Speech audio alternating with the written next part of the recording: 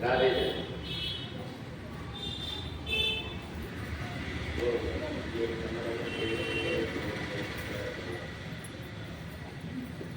पहले अध्याय में विषाद योग का वर्णन।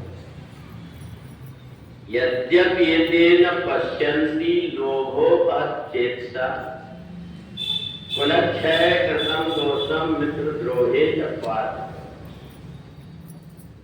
भगवान कहते हैं कि अज्ञान के कारण व्यक्ति जिसके पास में रहता है उसके प्रभाव और महिमा को नहीं जान पाता, और इसलिए भगवान के पास में रह करके जय विजय को राक्षस बनना पड़ा। क्योंकि अज्ञान एक ऐसी चीज है जो उचित और अनुचित के भेद को मिटा देता है। हमें विवेक नहीं हो पाता कि हम जो कुछ कर रहे हैं वो अच्छा है या बुरा है। तो इसलिए उचित और अनुचित दोनों के भेद को मिटा देता है अज्ञान। भगवान श्री कृष्ण के पास में रह करके अर्जुन भगवान को ज्ञान देने लगा। भगवान चुपचाप सुनते रहे। अर्जुन ने जाकर के चुपचाप भगवान से ये कह दिया कि मैं युद्ध नहीं करूंगा। ऐसा कह करके जाकर के रथ के पिछले भाग में जाकर के बैठे। भगवान कुछ भी नहीं बोले। तब अर्जुन ने देखा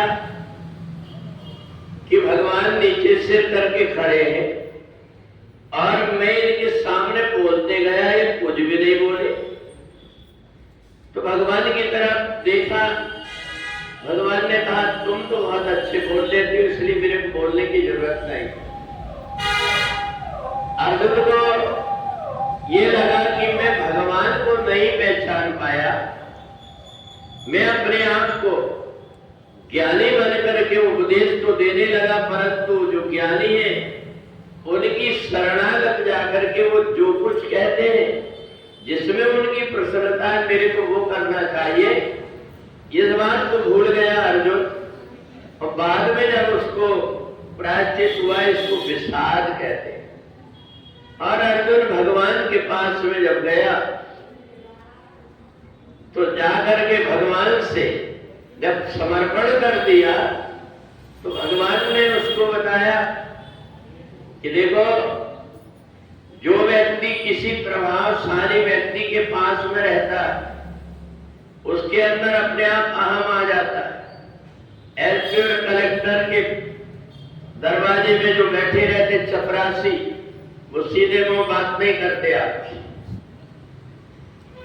ऐसे ही कोई नेता होते हैं जिनके साथ में रहने वाले व्यक्ति कोई ऑफिसर से भी बात करेंगे, किसी से बात करेंगे, उनको अभिमान रहता है कि मैं नेता का खास आदमी।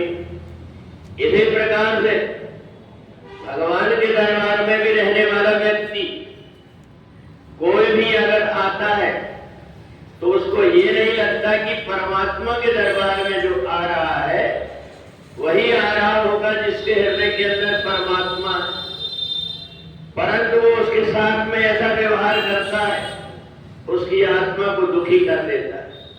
और इसलिए बड़े बड़े स्थानों में, मंदिरों में जाकर के देखो तो इतना दुर्व्यवहार भक्तों के साथ होता है। ये सब इसलिए होता है क्योंकि अज्ञान उनके सिर में आकर के बैठ जाता है। वो सामने वाले की महिमा जिसके कारण सब लोग आ रहे हैं उसको नहीं पहचानता, और जो पहचान लेता है कि इसके दरबार में जो भी आ रहा है वो अपने हृदय में उसी परमात्मा की मूर्ति को लेकर के आ रहा है।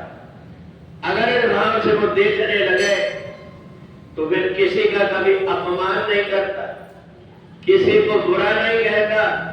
हमारे अंदर एक यही गलती हो जाती है, हम अपने आप के ज्ञानी बन करके और हम जो कुछ कर रहे हैं वह ठीक है ऐसा मानने लगते हैं, जबकि भगवान ने कहा तद्विधि प्रणिपातेन परिकृष्टेन सेव्या। विनम्रता जो होती है वो ज्ञान को अर्जन करने के लिए होती है, और अभिमान जो होता है वो अज्ञान को सिर में रख करके घूमने के लिए होती है। अर्जुन के अंदर जब ये समझ में आया, जब उसने देखा भगवान श्री कृष्ण को भील पितामह अपनी आंख में आंसू भर करके देख रहे, उनके घुंघराले बालों को देख करके प्रसन्न हो रहे, और मैं और भगवान श्री कृष्ण के साथ में रहकर जिनने मेरे लिए रथ तक हाथ पूछने को तैयार हो गए, मैं उनकी बात ना मान करके उनको ही ज्ञान देने लगा। तब जाकर के उनने चरण पकड़ा, तब जाकर के भगवान ने जो वास्तविक बात है वो बताया। तो इसलिए जीवन में जब तक अपने अभिमान दूर नहीं होता, परमात्मा अपने हृदय में नहीं होते, तब तक एक कचरा भरा हुआ होता है। और जब हृदय में परमात्मा विराजमान हो जाते हैं तो फिर आंख भी बदल जाती है। सिया राम मैं सब जग जानी, करूं करे प्रणाम जोड़ जोड़ पानी। तो इसलिए ऐसे जब हमारी धारणा हो जाती है तो हमारा जीवन सार्थक हो जाता है। बोली वृंदावन बिहारी लाल